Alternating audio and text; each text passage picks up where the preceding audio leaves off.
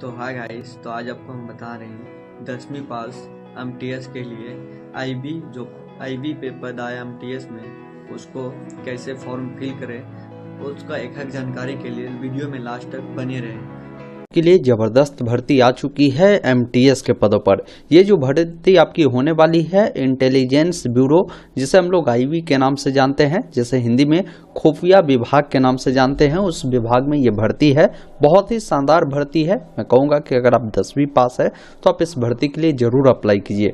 पूरी जानकारी बताऊंगा पहले कि इस भर्ती के लिए फॉर्म भरने के लिए आपकी क्या योग्यता है, क्या आपकी एज होनी चाहिए, क्या एप्लीकेशन फी लग रहे हैं, कैसे चयन प्रक्रिया है, सभी चीज़ें पहले समझिए। अगर आप चाहते हैं अप्लाई करना तब आप अप्लाई करिएगा, सारा चीज़ समझ में आ जाएगा। देखिए, सबसे पहला काम करें, गूगल में ऑनलाइन अपडेट STM लिखे या वेबसाइट ऑनलाइन अपडेट STM.in का मिलेगा। लेटेस्ट जॉब में ही यहाँ पर आईबी MTS वैकेंसी का लिंक मिलेगा, जिस पर क्लिक करना है। ये भर्ती जो होने वाली है 362 पदों पर है। सैलरी की बात कर ले तो लेवल 1 की है, यानी 18,000 से लेकर 56,900 तक आपकी सैलरी है। ऑनलाइन 22 नवंबर से स्टार्ट हुए हैं और 14 दिसंबर तक आप इसके लिए ऑनलाइन माध्यम से अप्लाई कर सकते हैं। बाकी बात करें अब फॉर्म कौन भर सकता है, तो भारतीय नागरिक मतलब किसी भी राज्य से है तो फॉर्म को भर पाएंगे। उम्र आपका 18 वर्ष से लेकर 25 वर्ष होगी और किसी मान्यता प्राप्त बोर्ड से अगर आप 10वीं पास है तो आप इसके लिए आवेदन प्रक्रिया कर सकते हैं। नीचे जब आप आएंगे ना तो यहाँ पर आपको सिलेक्शन प्रोसीजर बताए गए हैं, क्योंकि ये जो भर्ती है परीक्षा के आधार पर आपके होने वाले हैं, डायरेक्ट भर्ती नहीं है। बात करें एप्लीकेशन फी का, तो application fee general OBC WS को 650 देने हैं, SC ST को 550 रुपये आपको देने होंगे। अगर आप इसका डिटेल नोटिफिकेशन देखना चाहते हैं तो आप यहाँ पर क्लिक करेंगे तो ये आपके सामने इसका डिटेल नोटिफिकेशन आएगा, जहाँ पर आप देख पाएंगे SIB वाइज जो है ये भर्ती कितनी है, वो चीज़ें आप देख पाएंगे। बाकी आप जिस भी SIB से फॉर्म को अप्लाई करते हैं ना, वहाँ का डोमिसाइल सर्टिफिकेट आपका होना जरूरी है, ये भी आपको ध्यान रखना है। तो पूरी अपडेट यहाँ पर ऑलरेडी मेंशन की गई है, जिसको मैं कहूँगा कि एक बार आप जरूर देखिएगा। उम्र सीमा में भी छूट है, SC ST को 5 साल, OBC को 3 साल, वो चीज़ें भी आपको यहाँ पर मेंशन की गई है। अब सारी चीज़ें समझने के बाद अगर आप इसका फॉर्म भरना चाहते हैं तो बता देता हूं, बाकी सिलेबस भी देख लेंगे कि कहां से प्रश्न आपके पूछने वाले हैं। यहां पर ऑनलाइन अप्लाई का लिंक मिलता है फॉर्म भरने के लिए, आप इस पर आप क्लिक करेंगे। क्लिक करने के बाद यहां पर देखेंगे ना आपके सामने रजिस्ट्रेशन फॉर्म खुलता है, जिसमें आपका जो भी नाम है ना, मैट्रिक के सर्टिफिकेट या मार्कशीट, उसके अकॉर्डिंग लिखेंगे। आपको अपना मोबाइल नंबर देना है, मोबाइल नंबर को दोबारा कन्फर्म करना है। कोई अल्टरनेट नंबर है तो दीजिए, अन्यथा छोड़ देंगे। ईमेल ID देंगे, ईमेल ID को दोबारा कन्फर्म करेंगे।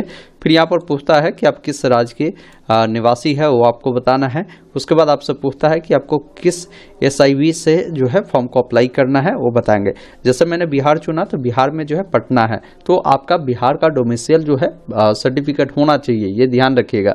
अगर मान लीजिए आप बिहार के है नहीं, मान लीजिए आप दिल्ली से है, तो आपको दिल्ली वाला SIB ही आपको चुनना है। तो वहाँ पर आपको देखिए दिल्ली का ऑप्शन मिल रहा है ना, ये ध्यान रखिएगा। तो मैं कहूँगा जिस राज्य के आप निवासी है उसी स्टेट को सेलेक्ट करिएगा, उस स्टेट के अकॉर्डिंग जो भी SIB है उसको चयन करना है। अब यहाँ पर कैटेगरी बताना है, आप किस कैटेगरी से आते हैं, जैसे UR SC EWS। अब यहाँ पर देखिए जैसे पटना मैंने चुना है, तो यहाँ पर OBC का ऑप्शन क्यों नहीं आ रहा है, क्योंकि देखिए यहाँ पर जब आप देखेंगे ना, मैं दिखा देता हूँ। जैसे ये OBC का ये वाला कॉलम है और यहाँ पर देखिए पटना में देख रहा हूँ OBC में कोई सीटें नहीं है। तो कोई OBC का बच्चा है तो वो UR यानी जनरल के थ्रू फॉर्म को अप्लाई कर सकता है, इसलिए आपको यहाँ पर जो है OBC नहीं आ रहा है। तो आपको बताना है कि किस कैटेगरी से आपको अप्लाई करना है। वही जैसे मैं स्टेट को यहाँ से चेंज करता हूँ, तो यहाँ पर देखिए अगर OBC में भर्ती होगा तो OBC का भी ऑप्शन यहाँ पर आ गया, ये ध्यान रखिएगा। अगर मान लीजिए आपके कैटेगरी में भर्ती नहीं है तो आपको UR ये जो ऑप्शन मिलता है ना, UR के थ्रू फॉर्म को आप अप्लाई कर सकते हैं, ये ध्यान रखना है। बाकी पोस्ट का जो भी नाम है ना, ये MTS है तो उसको चयन करना है। उसके बाद एक ऑप्शन मिलता है जनरेट OTP का, जिस पर क्लिक करना है। उसके बाद इस कैप्चा कोड को डालकर सबमिट करेंगे। आपके नंबर और ईमेल पर OTP जाएगा, आप ओके वाले विकल्प पर क्लिक करें और यहाँ पर आपको कोई एक ही OTP डालकर वैलिडेट करेंगे। तो इस प्रकार OTP वेरीफाई हुआ, ओके वाले विकल्प पर क्लिक करें। उसके बाद आपको डिक्लेयर करना है, तो इस चेकबॉक्स पर टिक करेंगे। इस कैप्चा कोड को डालेंगे, जैसे यहाँ पर 84 54 55 है, उसको डालकर वेरीफाई वाले विकल्प पर क्लिक करेंगे। आपने जो भी जानकारी दिया है उन तमाम जानकारी को देखें, सारा जानकारी सही है। तो इस प्रकार सभी चेकबॉक्स पर आपको क्या करना है ना, टिक कर देना है और नीचे में एक ऑप्शन मिलता है सबमिट का, जिस पर क्लिक करना है। उसके बाद यहाँ से आई एग्री वाले विकल्प पर क्लिक करेंगे और ये अलर्ट आएगा, आपको ओके वाले विकल्प पर क्लिक करना है। इस प्रकार आपका रजिस्ट्रेशन सक्सेसफुल होता है, आपको रजिस्ट्रेशन नंबर मिल जाता है, इसको आप नोट कर रखेंगे। उसके बाद यहाँ से इसको क्लोज करना है।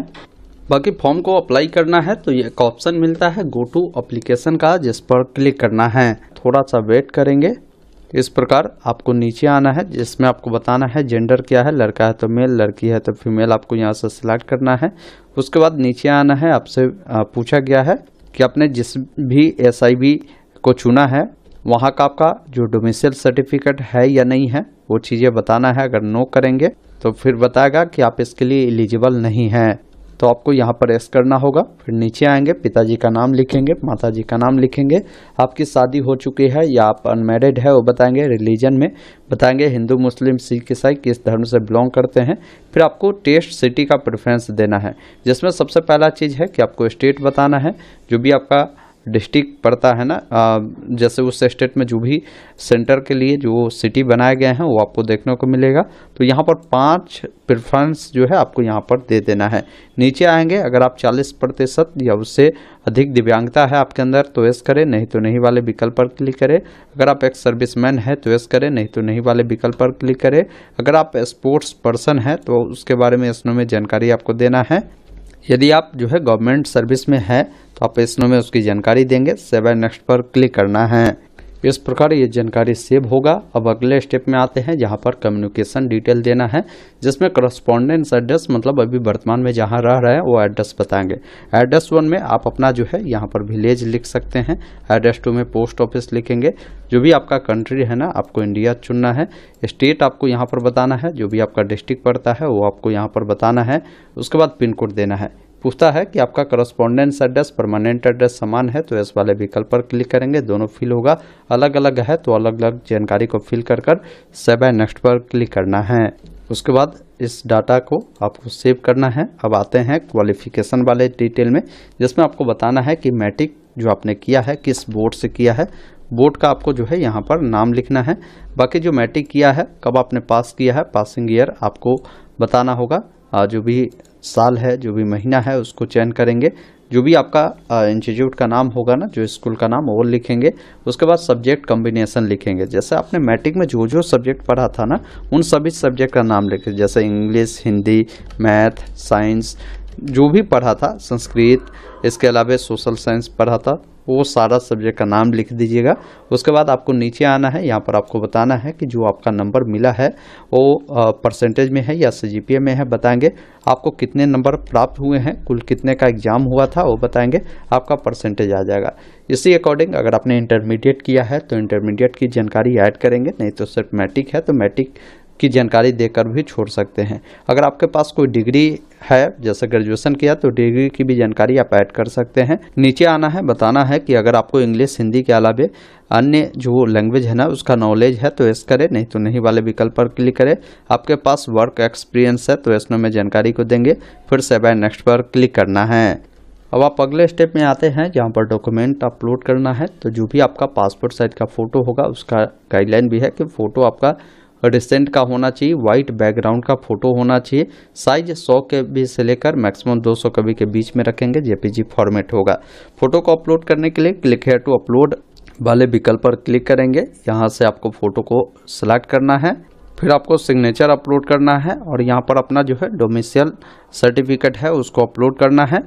फिर जो भी पेमेंट लगता है वो देखने को मिलेगा। इस चेक बॉक्स पर आपको टिक करना है और डिक्लेयर करना है, तो सभी चेक बॉक्स पर इस प्रकार आप जो है टिक करेंगे। और एक ऑप्शन मिलता है इस कैप्चा कोड डालने का, उससे डालकर प्रीव्यू वाले विकल्प पर क्लिक करेंगे। प्रीव्यू में सभी जानकारी देखने के बाद एक ऑप्शन सबमिट का मिलेगा, जिस पर क्लिक करना है। यहाँ पर बोल रहा है कि जो भी आपने डॉक्यूमेंट अपलोड किया है ना, उसके सामने देखिए व्यू का ऑप्शन है, आप सब पर व्यू जरूर कर ले, तभी आपका फॉर्म सबमिट होगा। उसके बाद ये एग्री करना है, उसके बाद ओके करें। फिर थोड़ा सा वेट करेंगे। अब आपको रिडायरेक्ट करेगा पेमेंट गेटवे पे। पेमेंट आप कैसे करना चाहते हैं, जैसे net banking, debit card, credit card, UPI, हर माध्यम है। आप जैसे भी पेमेंट करना चाहे उस माध्यम को चुनकर, जैसे मैं क्यूआर कोड से चाहता हूं तो ये क्यूआर कोड आया, इसको किसी भी यूपीआई ऐप से स्कैन कर पेमेंट करेंगे और इसका जो भी प्रिंट आउट है ना उसको निकाल कर अपने पास सुरक्षित रख लेना है। तो इस प्रकार आप सभी कैंडिडेट जो आईबी में एमटीएस की भर्ती निकाली गई है 10वीं पास के लिए, आप इसका फॉर्म भर सकते हैं। अगर वीडियो थोड़ा सा भी अच्छा लगे तो लाइक, कमेंट और सब्सक्राइब करना ना भूलें। अगर कोई भी टॉपिक की वीडियो चाहिए तो कमेंट जरूर कीजिएगा। Thank you.